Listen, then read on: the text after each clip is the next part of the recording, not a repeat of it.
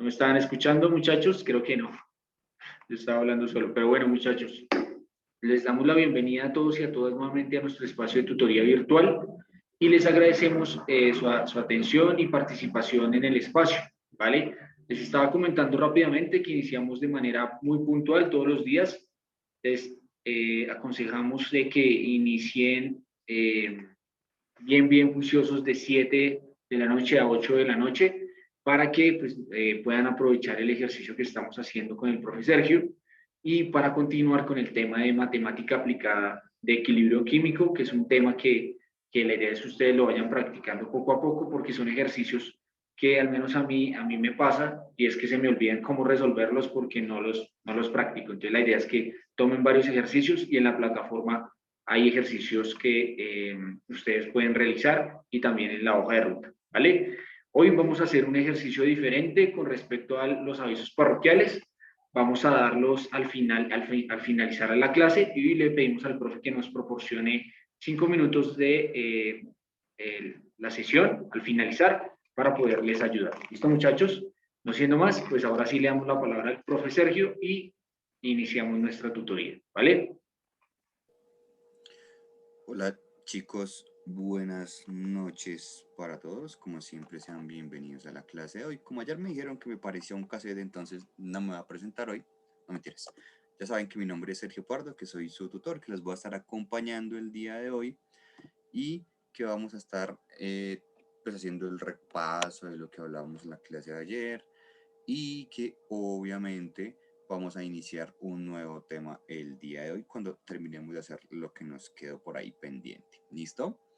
Entonces, nada, chicos, vamos a hacer, como les decía, el pequeño recuento de lo que vimos ayer. Y bueno, digamos, no solo ayer, sino en general todo lo que vimos de equilibrio, ahí de forma muy rápida, para que recordemos qué es lo que vamos a trabajar el día de hoy. Entonces les voy a mostrar por acá la pantalla para que ustedes me cuenten. ¿Listo? Ya hacemos el ejercicio. Vale. Bueno, habíamos hablado ya en un par de clases pasadas de qué era el equilibrio químico, cómo variaba el equilibrio químico, recordando que es una reacción reversible que depende de varias cosas, como pueden ser la temperatura, la presión, la concentración y el volumen.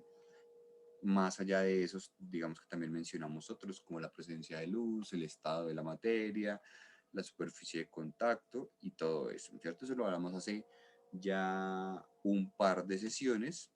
Dimos ejemplos de equilibrios químicos en la naturaleza, bueno, en nuestra cotidianidad, más bien, como las gaseosas, el cuerpo humano. Hablábamos de los alimentos enlatados también, de los medicamentos, de la producción de hemoglobina, que era un ejemplo que pusimos el día de ayer también como un equilibrio, llamémoslo perfecto. Entonces, para que lo tengan ahí muy pendiente. Y veíamos esto. Entonces, que la forma de escribir las reacciones de equilibrio químico, las ecuaciones, perdón, es básicamente la misma, salvo la flecha que va en doble sentido, ¿cierto? Entonces ya sabemos que siempre que veamos esta flechita en doble sentido, estamos hablando de equilibrio químico porque se puede mover de izquierda a derecha o de derecha a izquierda. Hablábamos entonces también de nuestra ecuación de la constante de equilibrio. Ya sabíamos la importancia de todo lo que nosotros hablamos acerca de el balanceo de las ecuaciones y por qué es tan importante no solo en los ejercicios de estequiometría, sino también en lo que respecta aquí a la cinética y al equilibrio químico. ¿Listo? Habíamos puesto un par de ejercicios, resolvimos este ejercicio, planteamos la ecuación del equilibrio, nos daban las concentraciones y con base a eso y al balanceo de la ecuación, porque ya la tenemos balanceada, pues resolvíamos el ejercicio y teníamos planteado otro que tenemos por aquí y que era como nuestra tarea de él. Sin embargo, antes de eso, recordarles que dependiendo del valor que nosotros tenemos de constante de equilibrio, nosotros vamos a saber hacia qué lado se va a desplazar la ecuación. Entonces recordemos que si K es menor a 1, ojo, menor a 1, no mayor, sino menor a 1 y no a 0, K menor a 1, la reacción se va a desplazar hacia el lado izquierdo. ¿Listo? Si K es igual a 1, va a estar en la mitad, por llamarlo de alguna forma, y si K es mayor a 1, la reacción se desplazará hacia el lado derecho, es decir, que va a tener más productos, que reactivos, mientras que si está desplazándose hacia la izquierda, pues va a tener más reactivos que productos. ¿Listo? Y el día de ayer habíamos terminado entonces en un ejercicio que les voy a mostrar a continuación. Habíamos quedado acá. ¿Listo? Y teníamos obviamente el ejercicio que, si no estoy mal, era este. Entonces nos daban la ecuación ya balanceada, debemos escribir la ecuación de equilibrio y debemos calcular la concentración del óxido de nitrógeno basado en los datos que nos da ahí nuestro ejercicio. Entonces, ¿qué debemos hacer nosotros acá? Como ya recordamos, pues simplemente despejamos la fórmula, debemos sacar todo este proceso matemático y debemos resolver la ecuación que tenemos ahí, ¿cierto? Esta operación. Entonces, ¿alguno de ustedes hizo de casualidad el ejercicio, encontró una respuesta, cómo lo resolvió? ¿Únicamente era hacer la operación matemática o o se confundieron o no les dio un resultado? A ver, por aquí nos dio 207,6, dice. Listo. Entonces vamos a realizarlo para que lo tengamos en cuenta rápidamente. A ver cuánto nos da. ¿Listo? Más o menos, ¿qué debemos hacer primero? Sí, listo. Primero debemos hacer la potencia, exactamente. Entonces, 1,3 a la 5, 2,3 a la 4 y todo pues dividido en 1 porque 1 a la 6 es 1. ¿Listo?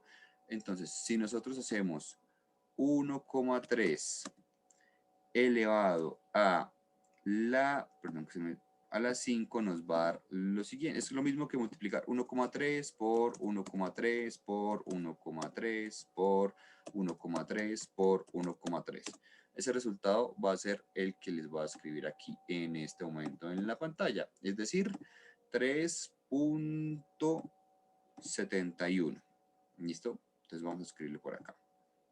Es igual a, y vamos a ponerlo aquí, 3,71. Vamos a hacer lo mismo con el 2,3 elevado a la 4. Entonces, 2,3 es lo mismo, 2,3 por 2,3 por 2,3 por 2,3. Eso nos va a dar un valor de 27,9. Recordemos que eso es multiplicado.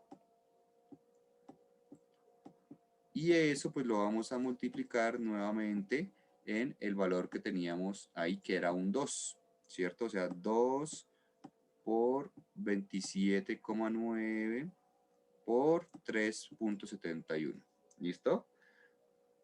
Eso lo debemos de dividir en 1, porque 1 por 1 por 1 por 1 por 1 por 1 nos va a dar 1. O sea que nos vamos a ahorrar ese pedacito. Y todo raíz cuarta. Si lo pusieron 27,9 o 27,98 no va a alterar mucho el resultado, la verdad. Entonces no se preocupen. Y hacemos nuestra multiplicación. 27,9 o 27,98 multiplicado por 2 multiplicado por 3,71, eso nos da un valor de 207,018. ¿Listo? Hasta la multiplicación. Ahí no hemos sacado la raíz. Entonces 207,98. ¿Listo? Nos falta la parte más importante, que es sacar nuestra raíz. ¿Listo? Entonces vamos a escribirlo acá. Por eso les daba tan grande, obviamente. porque no les puede dar tan grande. 207,998. Eso, raíz cuarta. Entonces ustedes van a su calculadora y escriben raíz cuarta de 207,98 y eso nos va a dar el resultado final. Entonces cogemos ese valor, perdón, 207, perdón que aquí escribí mal el resultado, 0,18. Entonces esto vamos a dejarlo en 207,202 para aproximarlo. Exactamente, listo. Y nuestro resultado 1.85, no creo que te dé 1.85. Revisa bien cómo estás utilizando la calculadora. Vamos a hacerlo por acá. A ver, borramos, escribimos nuestra, sí, no, 14.4, sí, exactamente. A ver, raíz cuarta de 207,2, efectivamente, 14.4 aproximado. Sí, hay aproximado porque da un poquito de más decimales, pero da 14.4. Ustedes cogen 14.4 por 14.4 por 14.4 por 14.4. Uy, pero creo que tampoco te da 14.4, revisa bien. Creo que ahí sacaste raíz cúbica. A ver, si no, ahí sacaste raíz cuadrada. Y ojo que no es raíz cuadrada, es raíz cuarta. No, tampoco da 57. Ojo con lo como están escribiendo. Ojo que no lo estamos escribiendo mal. Les voy a mostrar cómo se hace aquí en nuestra calculadora de Google para que lo aprendamos a hacer, porque creo que todos lo estamos haciendo mal. ¿Listo? Da de hecho menos de 14. No tiene por qué dar todo eso, nada que ver. ¿Listo? Entonces, pero bueno, calculadora de Google no tiene la opción de sacar raíz cuarta. Ya me di cuenta. Entonces, ustedes me imagino que en su computador tienen la herramienta de sacar la calculadora. Me imagino. ¿Listo? Entonces ustedes van a sacar raíz cuarta de 207,02. Lo dejamos, a ver, no lo escribí, 207,02. Y nos va a dar un valor de 3.8. ¿Listo? Ojo con lo que escribimos en la calculadora porque no es lo mismo raíz cuarta que raíz cuadrada. Entonces, si ustedes van a su calculadora, deben encontrar un simbolito más o menos así. Voy a escribirles cómo lo van a encontrar. A ver. A veces aparece así y aparece una Y y aquí aparece una X.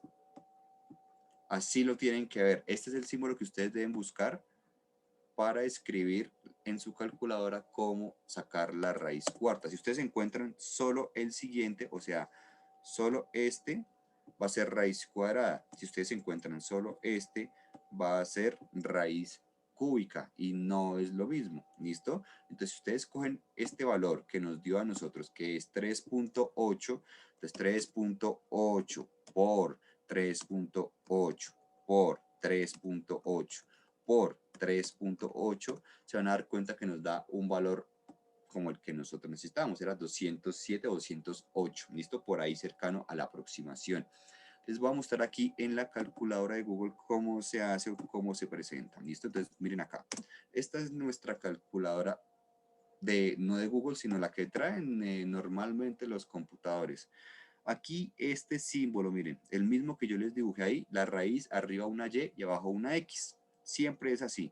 Entonces ustedes escriben, le dan clic ahí y le dan 4 porque es raíz cuarta. ¿Listo? Y le dan Enter. Y después sí van a escribir el resultado que nosotros, al cual necesitamos sacarle la raíz, que en este caso era 207,02. Entonces escriben 207,02, vuelven y le dan Enter y les da el resultado real de la raíz cuarta. Eso quiere decir que ese es nuestro valor, no es 55, no es 14, Sí, la calculadora científica sí tiene esa opción. Estoy seguro que la tiene. ¿Listo? Todas las calculadoras científicas la tienen. La de Windows, bueno, de pronto la de Windows 10, ahí sí yo no lo sé, pero si tú le das aquí en ver, le das estándar, científica, programación, estadística, normalmente aparece así. Obviamente esta no te va a servir.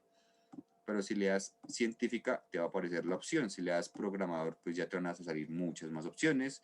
Si le das estadísticas, pues ya te van a salir muchas más cosas, pero debes ir a científica, ¿listo? Y es el mismo símbolo que nosotros tenemos acá, encerrado.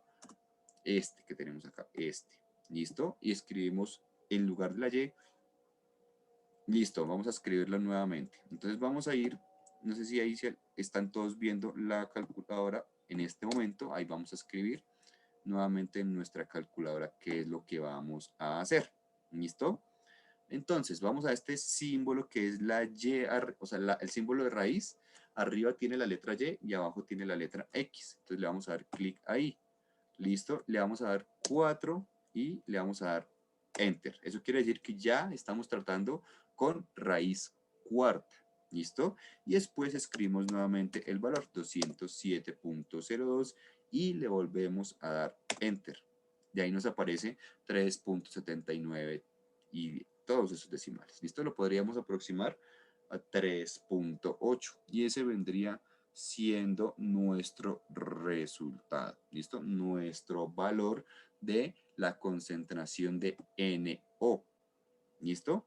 Entonces vamos a volver aquí a nuestro tablero y vamos a anotar ese resultado que es el resultado correcto. ¿Listo? Entonces aquí nuestro resultado es 3.79. Lo podemos aproximar a 3.8 y es nuestra concentración y la vamos a escribir con letra M mayúscula de molaridad. Y así vamos a resolver este tipo de ejercicios. ¿Listo? Ahora, en nuestra plataforma encontramos algunos, como nos pregunta, por ejemplo, Ángel, en el cual nos dice que hay una en la que nos dan que cómo se sacan las concentraciones si solo hay dos reactivos o si solo hay una molécula. Es exactamente lo mismo, ¿listo? Con la misma fórmula, pero si solo tenemos un reactivo, pues abajo no vamos a tener la multiplicación, sino que solo vamos a poner la concentración de un reactivo. Si arriba tenemos solo un producto, pues no vamos a poner dos concentraciones, sino que solo vamos a poner un producto. ¿Listo? Por ejemplo, aquí voy a escribir una fórmula y ya con esto terminamos el tema del equilibrio para que tengamos más o menos en cuenta qué es lo que vamos a hacer. ¿Listo? Constante de equilibrio. ¿Y qué pasa si solo nos dan un producto o solo nos dan un reactivo? Entonces, si solo nos dan un reactivo, solo vamos a tener una concentración abajo. ¿Listo? Porque solo nos dan un reactivo. Si solo nos dan un producto o solo tenemos un producto en la fórmula, pues solo vamos a tener un producto arriba. No importa la cantidad, pues nos ahorramos el paso de la multiplicación, ¿cierto? Pero la fórmula va a ser siguiendo la misma. Productos arriba, abajo, reactivos. Si solo tenemos uno, pues solo vamos a poner uno. ¿Listo? Entonces con eso exactamente, ahí ya Juan nos está explicando cómo aparece en la calculadora de Windows 10, ¿listo? Entonces esa es la forma, digamos lo único que cambia cuando nos cambian la fórmula química es eso, si es solo un producto pues arriba solo ponemos uno, si es solo un reactivo pues abajo ponemos solo la concentración, si fueran tres pues no ponemos una, ponemos las tres, ¿listo? Eso ya depende de la fórmula y pues debemos hacer el paso que puede ser o más largo o más cortico dependiendo de. ¿Listo, chicos? Entonces, con esto vamos a terminar el tema del equilibrio químico. Con esto vamos a terminar nuestra parte de química de este módulo de ciencias naturales y vamos a dar paso a la lección que nos está recordando Daniela y es la de circuitos. Vamos a empezar por esa y después vamos a ver ondas la próxima semana. ¿Listo, chicos? ¿Alguna duda, pregunta, inquietud? Ya saben que nos la pueden comunicar a través del chat o podemos levantar la mano y obviamente habilitarles el micrófono. ¿Listo? Entonces, vamos a ir acá, a nuestra herramienta o a nuestra diapositiva de nuevo, porque vamos a hablar de los circuitos. ¿Listo? Vamos a, aquí, la lección en la plataforma se llama circuitos en serie y circuitos en paralelo, pero vamos a hablar en general de los circuitos porque no son los únicos dos que existen. De hecho, hay otro tercer tipo de circuito que ustedes se dieron cuenta en nuestra hoja de ruta que se llama circuito mixto. ¿Listo? Así que, pues vamos a iniciar. Entonces, lo primero que vamos a tener en cuenta y lo primero que es importante de tener claro aquí cuando vamos a hablar de circuitos es un concepto que probablemente muchos de ustedes ya tengan claro y es el siguiente. Nuestro concepto de energía. ¿Por qué? Porque la energía, digamos que muchas veces es confundida con la palabra electricidad. Y si bien la electricidad es un tipo de energía, no son el mismo concepto. Y por eso vamos a hacer la diferencia para que empecemos a resolver esas dudas, esas inquietudes y vayamos viendo que son palabras que si bien tienen mucho que ver, pues son distintas, ¿listo? Entonces no es lo mismo que decir se me fue, no sé, se me fue la luz en la casa o se me fue la energía en la casa o se me fue la electricidad cuando tenemos esos cortes que nos incomodan tanto. Entonces, ¿qué es la energía? La energía es toda capacidad que tienen absolutamente todos los cuerpos para realizar un trabajo y producir cambios en ellos mismos o en otros cuerpos.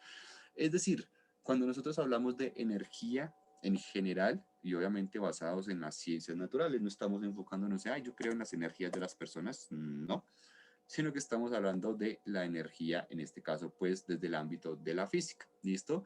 Y es simplemente la capacidad de que todo funcione, independientemente de si es un aparato electrónico, independientemente de si somos nosotros mismos, todo eso conlleva un gasto y una necesidad de tener algo que llamamos energía. Entonces, todo lo que haga que las cosas funcionen va a llevar implícito este concepto que se va a llamar energía. ¿Listo?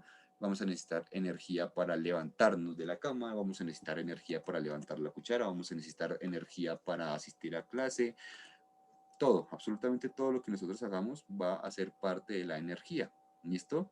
Entonces por ahí Juan ya nos está diciendo que es un circuito mixto. Muy bien, no nos vamos a adelantar, pero sí, ahí es básicamente una mezcla de los circuitos que ya tenemos más o menos vistos desde la plataforma, que son el circuito en serie y el circuito en paralelo. ¿Listo? Ahora, como bien les decía, energía es básicamente todo lo que tenemos y pues hay varias fuentes de energía, ¿no? Tenemos energías renovables y energías no renovables, unas que ya vamos a saber aquí, que las renovables son todas aquellas que hacen parte, digamos, de esas fuentes inagotables, entre comillas. Nosotros sabemos que el sol en algún momento se va a acabar, pero pues no estaremos vivos para eso, así que por eso las tomamos como renovables y las no renovables son las que obviamente cuando se acaben las fuentes de energía, pues simplemente van a dejar de existir.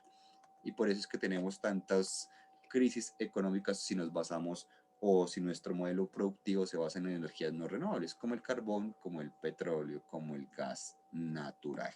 ¿Listo? Son fuentes de energía, ¿listo? Unas renovables, entonces en renovables podemos tener el sol, podemos hablar de la energía eólica, que es aquella que proviene, digamos, del viento, y podemos manejar de todas estas fuentes que son inagotables, insisto, pues nosotros podemos decir que son obviamente energías o una fuente de energía renovable, ¿listo? Pero si se dan cuenta, la gran mayoría de fuentes energéticas que utilizamos nosotros como seres humanos son no renovables, carbono, petróleo, gas natural y demás, ¿listo? Ahora, así como tenemos varias fuentes de energía, vamos a tener varias formas de energía, ¿listo? Porque no toda la energía es la misma. Entonces tenemos energía química, que obviamente, pues como su nombre lo indica, proviene, digamos, del tema de los compuestos y todo lo que indica, digamos, todo lo que puede venir a partir de los elementos de la tabla periódica. Todo eso hace parte de nuestra forma de energía química. Energía mecánica, que es todo lo que necesita como digamos, todo lo que nosotros ejercemos, por ejemplo, con las manos, todo ese tipo de cosas que necesitamos para accionar las cosas, es un tipo de energía que se llama mecánica, energía térmica, que es la que nosotros conocemos, que genera calor, energía magnética, que es pues la que tiene como funcionalidad o como la, digamos, la que encontramos, por ejemplo, en los imanes, todo lo que genera magnetismo o en los campos magnéticos, por ejemplo, en la Tierra. Energía nuclear, que es la que se produce en el núcleo de los átomos de nuestros elementos en la tabla periódica, y energía eléctrica, que es en la que nos vamos a centrar hoy y que es el principio de todo lo que nosotros vamos a conocer como circuitos. ¿Listo? Por ahí Juan en el chat nos comenta que hay en el trabajo de Lama hay paneles solares para activar las lámparas, y de hecho los paneles solares son cada vez más comunes. Si ustedes ven, por ejemplo, no sé, los que montan en Transmilenio, en algunas estaciones de Transmilenio por la 26, ustedes ven que hay como opciones para que ustedes vayan y conecten su teléfono celular, porque la gente pues hace eso, no sé por qué, pero lo hace, y muchas de las fuentes de energía son basadas, en este caso de la energía eléctrica, se basan en paneles solares, y es algo muy, digamos, mucho más amigable con el ambiente. Obviamente no es 100% energía limpia, porque, pues sí, obviamente del sol sí, pero ustedes saben que esa energía se almacena con unas baterías, y las baterías no son como lo más limpio del mundo, que digamos, pero en general, como fuente de energía eléctrica, el sol, pues sí es obviamente una fuente, como ya vimos, renovable, y no le estamos haciendo daño ni a nuestro planeta ni en general, digamos, a nuestro universo. ¿Listo? Sí, exactamente, señor Juan. Entonces, como vemos que hay muchas formas de energía, vamos a partir de eso, ¿listo? No es lo mismo decir energía que electricidad, y eso es lo primero que debemos tener en cuenta, ¿listo? Porque la electricidad o la energía eléctrica es solo una forma, un tipo de energía que nosotros vamos a tener presentes, ¿listo? No es lo mismo decir se me fue la energía que se me fue la electricidad, y ya, más allá de que desde la cotidianidad podamos decir las cosas así y demás, pues ya sabemos que desde el concepto claro que es el que estamos manejando acá, pues nosotros ya sabemos que la electricidad es un tipo de energía, ¿listo? Y es en la cual nos vamos a concentrar en este momento. Entonces, la electricidad tiene dos formas de producirse. Una que es una forma natural, que es la que encontramos en las tormentas eléctricas, obviamente, pero pues no es algo como tan aprovechable si lo queremos ver de modo, digamos, industrializado, por decirlo de alguna manera. Por supuesto que tienen una función general, tienen una función en la naturaleza, nuestras tormentas eléctricas, pero nosotros no podemos sacar como mucho rédito de ellas. Por eso es que también tenemos una forma artificial de generarla, y es a través de todos estos aparatos que nosotros conocemos como generadores eléctricos. ¿Listo? Esa energía de las tormentas, aparte que es muy inestable, como lo dice por ahí Juan en el chat, es algo muy rápido, muy fugaz, por decirlo de alguna forma, y eso también dificulta mucho que nosotros podamos sacar provecho de ella. No es como que nosotros podemos almacenar un rayo en una batería. No funciona de esa manera. Por eso tenemos generadores eléctricos que a su manera y a su modo, pues generan este mismo tipo de energía que es eléctrica. ¿Listo? Y además hay demasiado voltaje por ahí. ¿Listo? Entonces, sí, Ángel, las clases, como siempre, tú sabes que todas quedan grabadas y todas quedan en el canal de YouTube que ya conocemos, que se llama Gestor o Gestión Académica. ¿Listo? Las anguilas, ¿qué tipo de energía? Ellas generan energía eléctrica, y no son los únicos animales que generan energía eléctrica, pero sí, las anguilas son como el más común y generan de forma natural por sí mismas, obviamente, energía eléctrica, pero para ellas mismas. ¿Listo? La energía eléctrica se puede transformar en muchas cosas, ¿cierto? En calor, porque pues es como lo más común, en luz, que es en lo que nosotros mayormente utilizamos, ¿cierto? Pero también puede generar movimiento, perdón, y puede generar sonido. Y este movimiento, como por ejemplo, no sé, podemos tener de algún ejemplo, los carros eléctricos, por poner, digamos, por mencionar algunos, ¿listo? Y en sonido, pues la energía eléctrica también se puede transformar en sonido, obviamente, ¿listo? Vamos a tener varias unidades.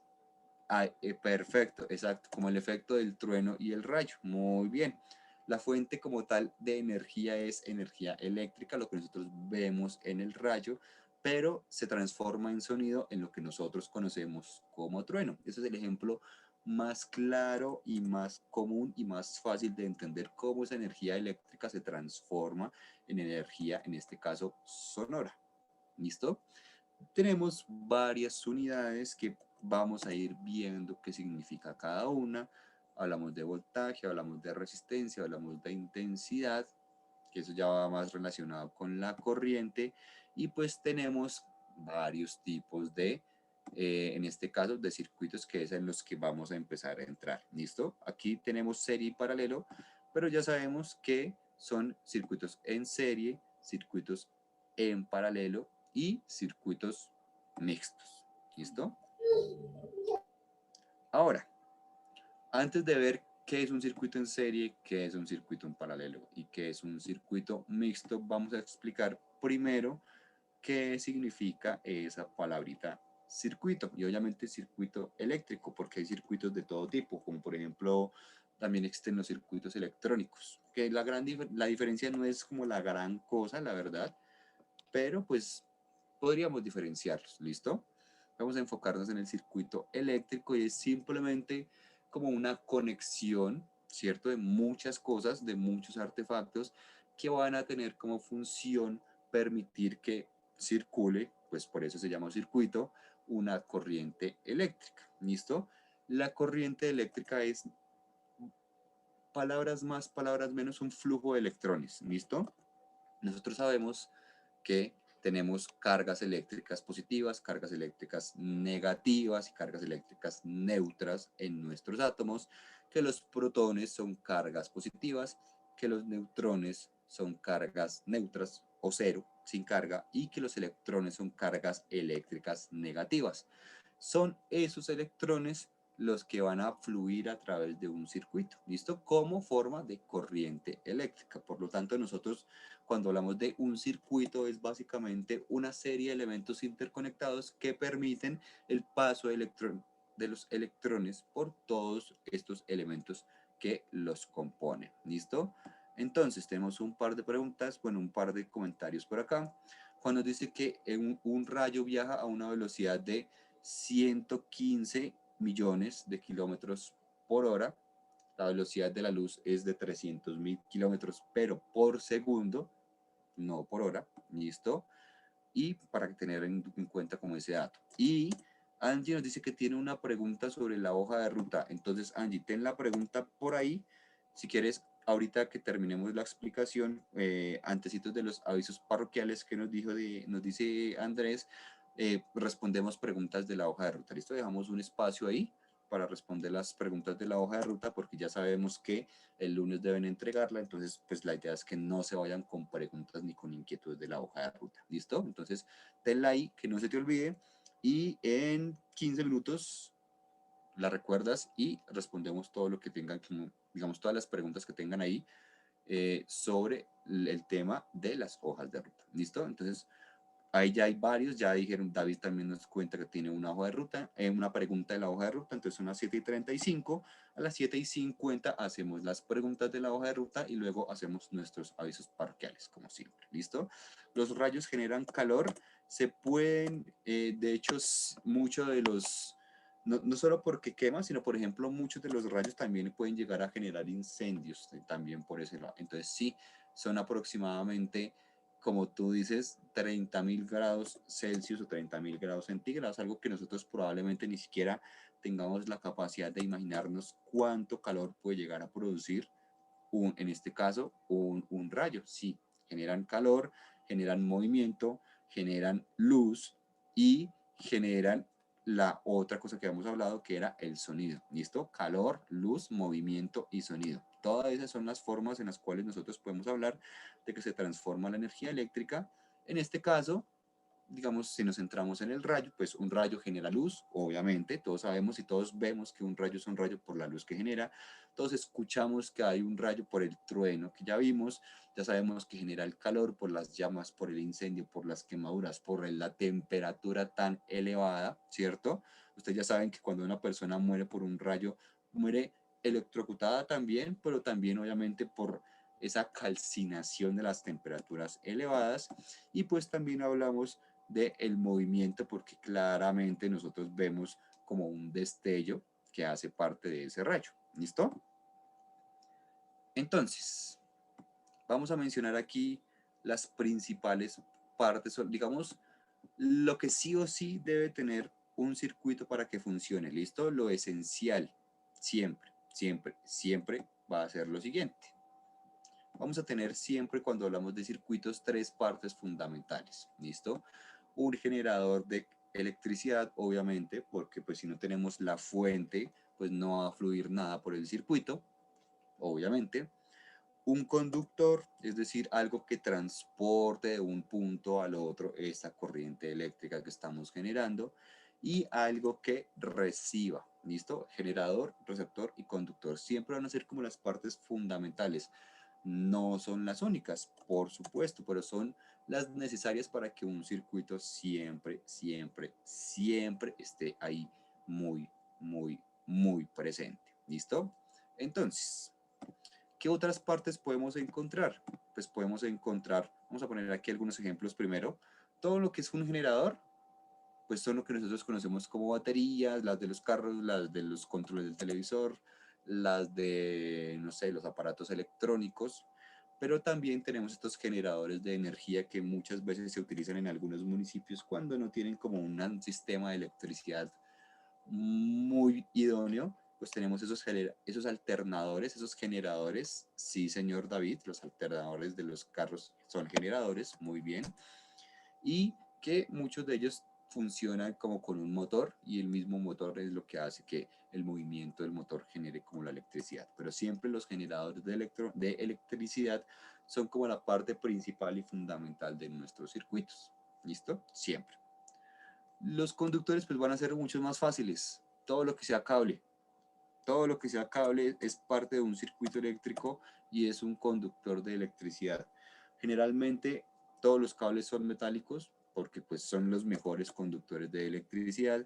Se utiliza el cobre porque aparte de ser un muy buen conductor es muy económico. No son los únicos, por ejemplo el oro es muy, muy buen conductor también, pero pues hacer un cable de oro como que no es muy rentable, que digamos. ¿Listos?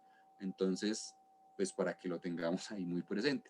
Baterías normalmente manejan muchos voltios, de hecho, pero la más común es como la de 9 voltios. Hay baterías de 9 voltios que son como las que están más inmersas por ahí, o también hay de 3, o por ejemplo los cargadores también están como en ese rango, pero normalmente son voltajes muy, muy, muy pequeñitos, ¿listo? Las baterías comunes son de generalmente voltajes muy pequeños, ¿listo?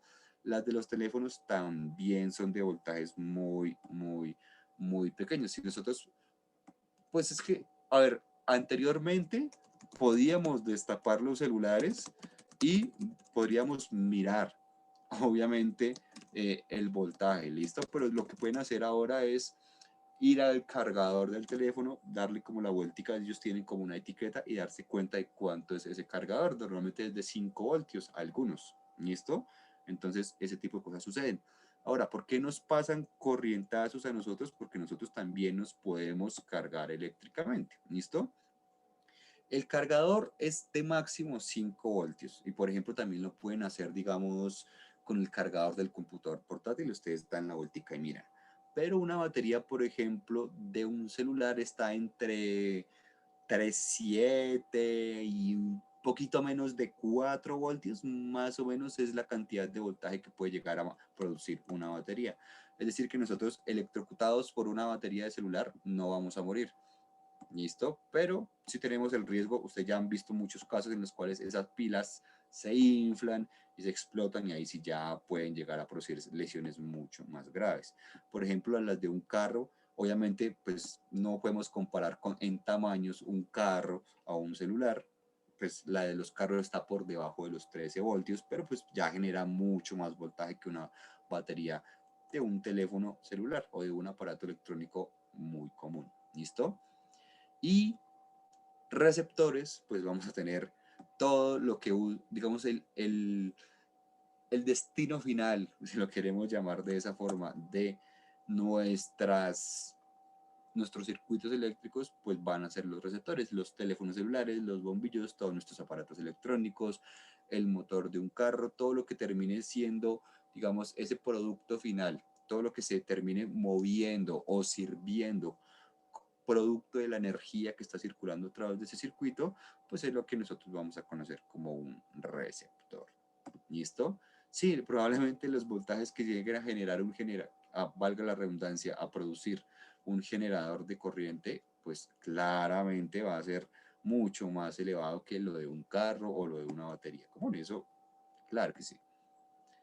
Otros de los elementos que podemos nosotros llegar a tener acá son los siguientes: interruptores, que el interruptor más común es el botoncito de prendido y apagado, por ejemplo en los computadores o por ejemplo en los celulares, o lo que llaman el switch de los bombillos. Eso es un interruptor, que es aquel que corta el flujo de los electrones o de la energía y lo impide, digamos, que llegue a ese destino final. ¿Listo?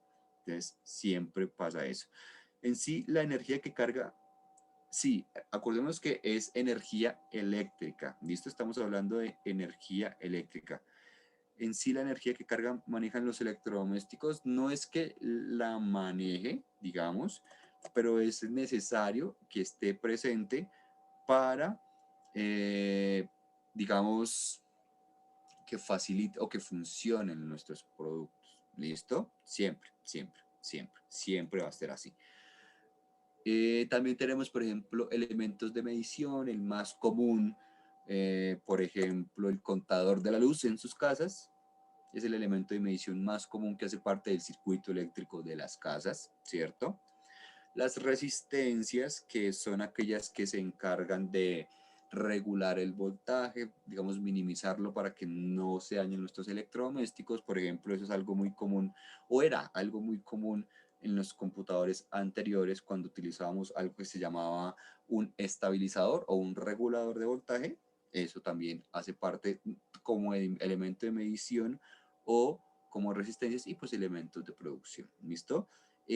Ángel, acuérdate que las clases quedan grabadas y pues ahorita ya no nos podemos devolver al equilibrio químico porque nos enredamos un poquito, pero si quieres, eso quedó grabada la explicación de ese ejercicio, pues para que porfa vayas a eso y lo revises ahí y puedas resolver el ejercicio que tienes la pregunta. ¿Listo?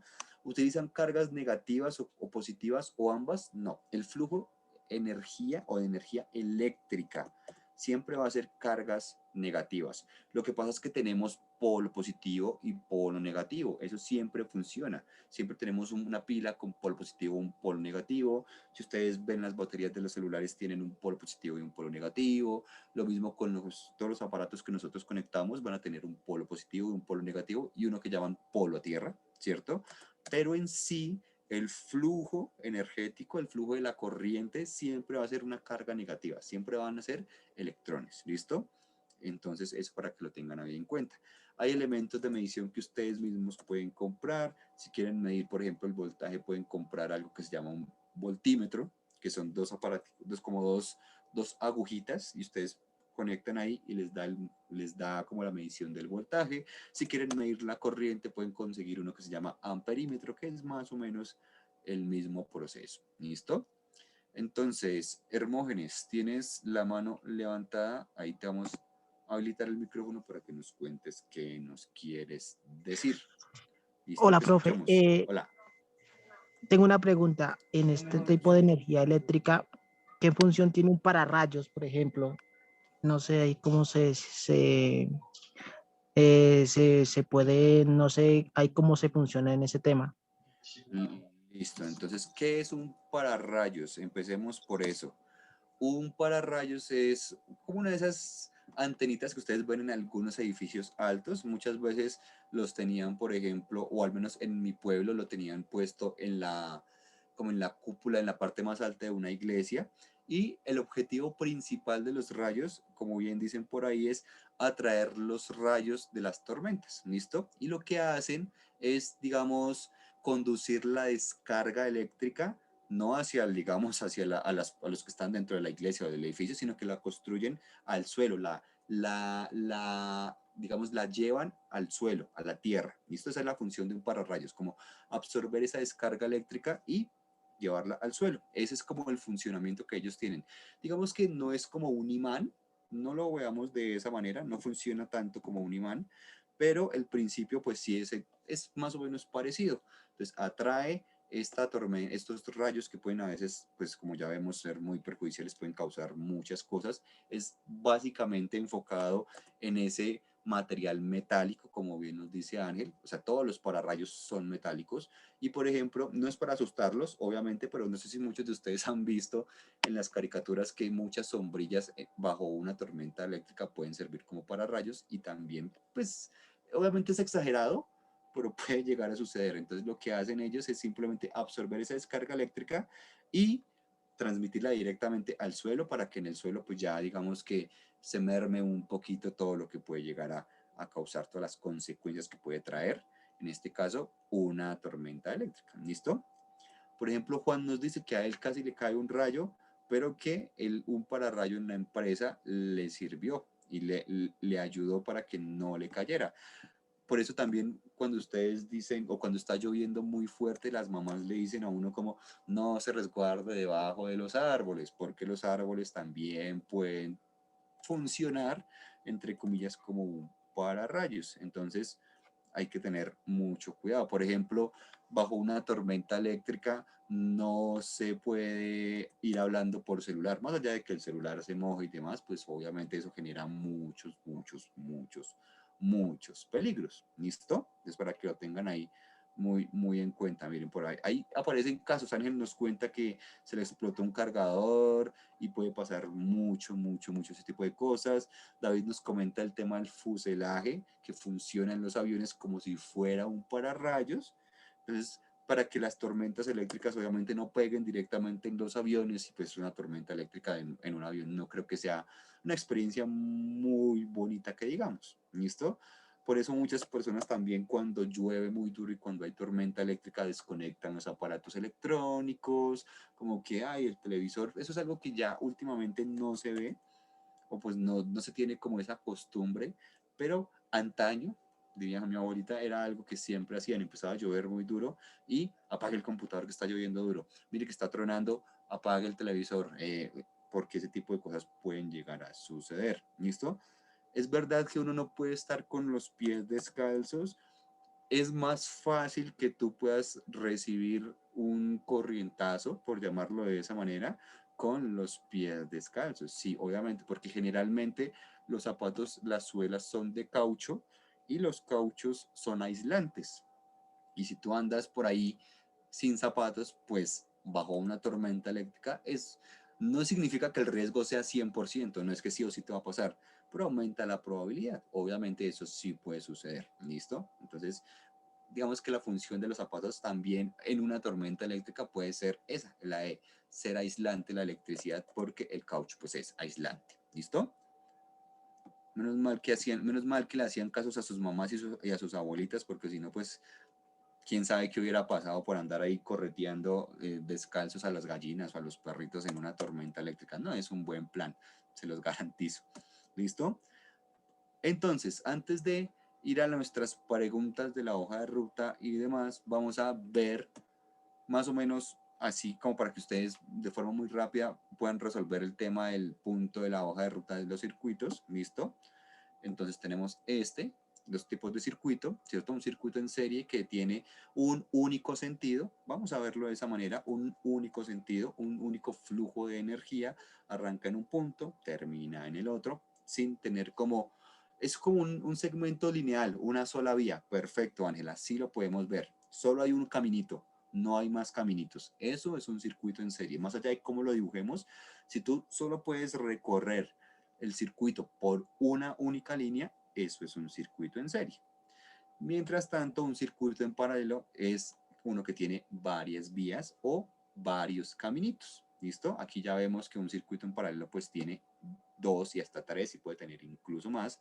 Se llama circuito en paralelo pues porque tiene vías paralelas, como nos está diciendo Ángel. Muy, muy bien. Y tenemos un circuito mixto que es la mezcla de ambos. Un pedazo en serie y un pedacito en paralelo. ¿Listo? Esa es como la forma en la cual nosotros podemos hablar de los circuitos mixtos, una mezcla de ambos. Entonces, para la próxima clase vamos a hacer un pequeño laboratorio virtual en el cual vamos a construir un circuito en serie, un circuito paralelo, un circuito mixto y vamos a ver cómo se da digamos, el flujo de los electrones, el flujo de la energía, que para qué sirven las resistencias, para qué sirve todo eso. ¿Listo? Eso lo vamos a hacer el día martes y con eso vamos a dar continuidad a nuestra sesión de circuitos y electricidad. ¿Listo? Es una herramienta muy, muy chévere. Nos da, por ejemplo, para poner parte del circuito. ¿Qué pasa si nosotros ponemos el dedo en un circuito? Ahí nos da como muchas opciones y eso es lo que vamos a manejar la próxima clase. ¿Listo? Entonces, chicos, como tienen dudas, preguntas, inquietudes, comentarios, ahí Ángel ya les compartió el link del canal de YouTube para que vayan a ver las repeticiones. Entonces voy a poner aquí eso y vamos a hacer sumas de resistencias, todo eso lo vamos a manejar también, Juan, a partir de la próxima clase, pero pues es que es más fácil con ejemplos y viendo el circuito ahí formado y ahí escrito. ¿Listo? Entonces, chicos, dudas de la hoja de ruta, por favor, hagan las 2 preguntas que tienen de la hoja de ruta. Con eso las resolvemos. Aquí ya estamos viendo la hoja de ruta y le damos el espacio a Andrés para que haga nuestros avisos parroquiales de siempre. ¿Listo? Entonces, chicos, porfa, cuéntenos si quieren a través del chat o si quieren levantar la mano. Nosotros los escuchamos. Hola. Hola, Angie, te escuchamos. Profe, pues es que yo ya envié la hoja de ruta, pero es que tengo una duda. Dinos. Entonces, pues alcanzo a cambiarla si me quedo mal. En el punto 5 y 6 toca pasar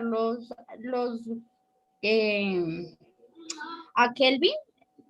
La dice calcula el volumen de 4 o 5 moles de un gas. Listo, entonces, Angie, aquí tenemos ambos ejercicios, ambos son de gases ideales y sí, las temperaturas están en 187 grados centígrados y 61 grados centígrados, entonces debemos pasarlo a grados Kelvin. ¿Cómo lo hacemos? Sumándole 273 y ahí ya tenemos el resultado en grados Kelvin. Entonces, si no lo hiciste, porfa, corrígelo. Debemos pasarlo a grados Kelvin. ¿Listo? Ok, sí, pues yo la envié anoche, pero me quedó la duda, entonces alcanzo a volverla a enviar. Exacto. Entonces, ahí ya tienes la opción para eso. Muy bien. Había otra pregunta del punto 8 y 9. Entonces decía que si había que explicar las partes que se había. ¿Listo?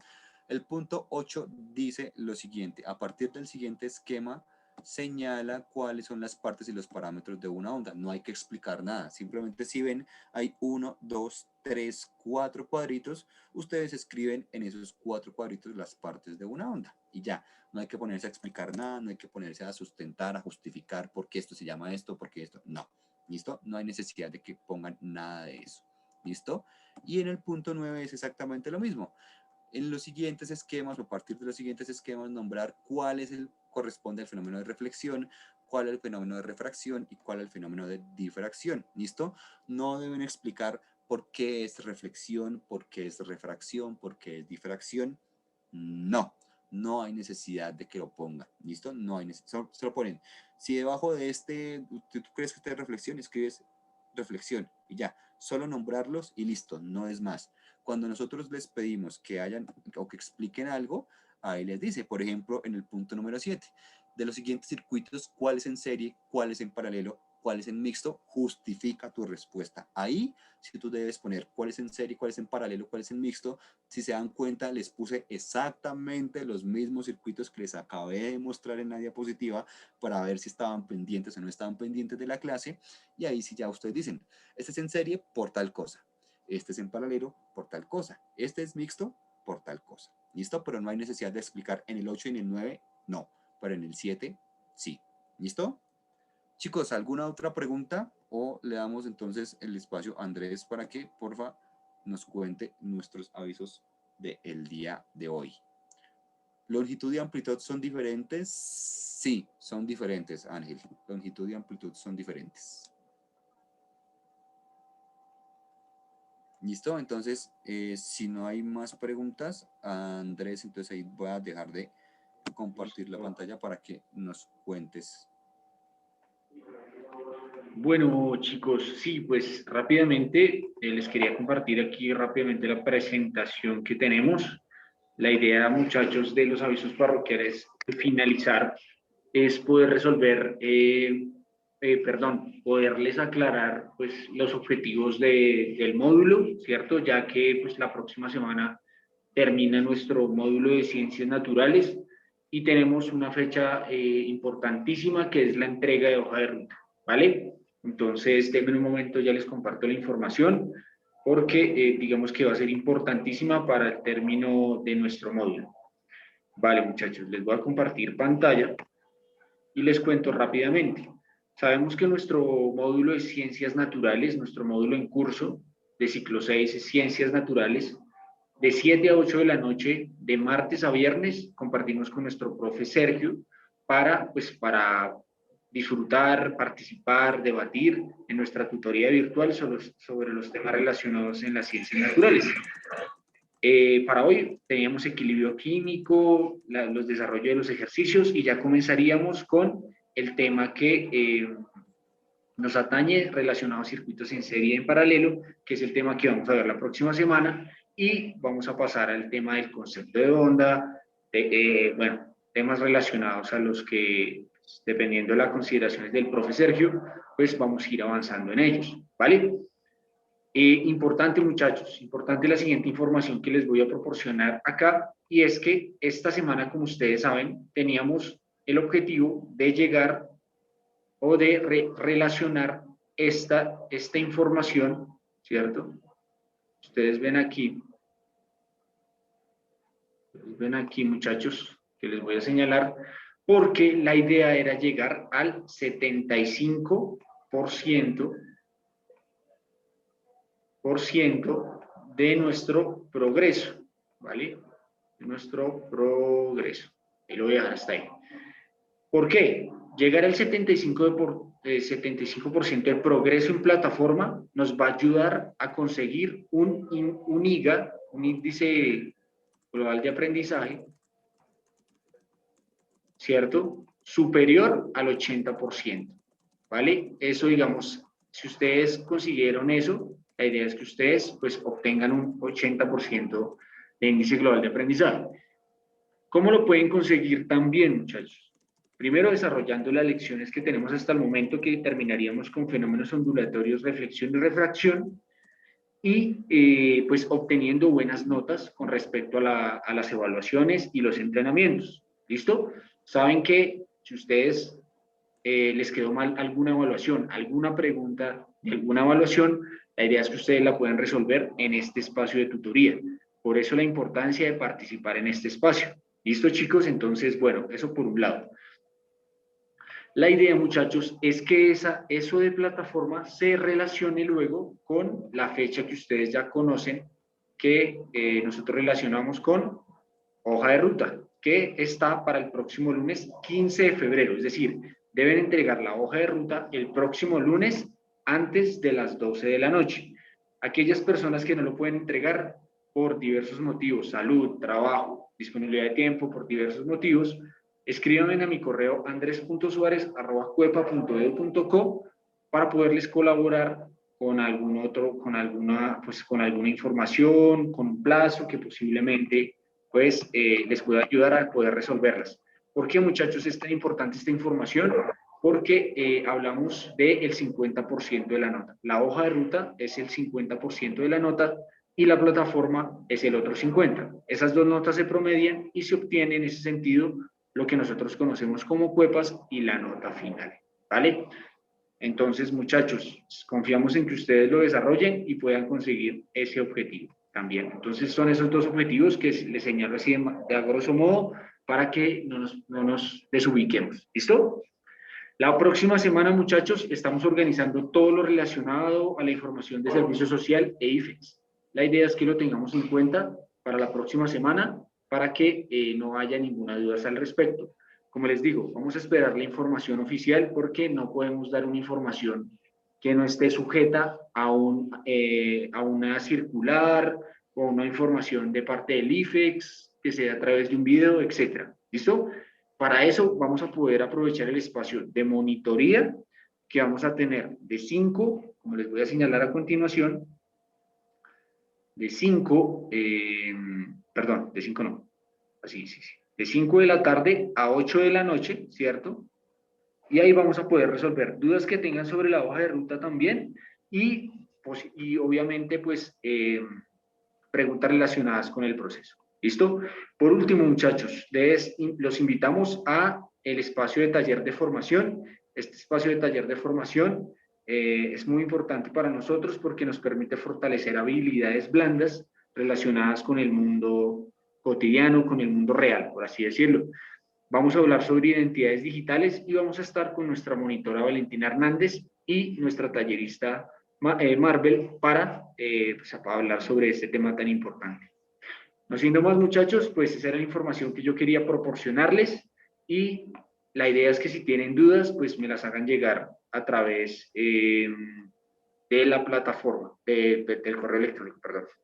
Ahí me equivoqué. ¿Listo? Entonces, bueno, muchachos. Cualquier duda, muchachos, por favor. David Mejía me pregunta algunas.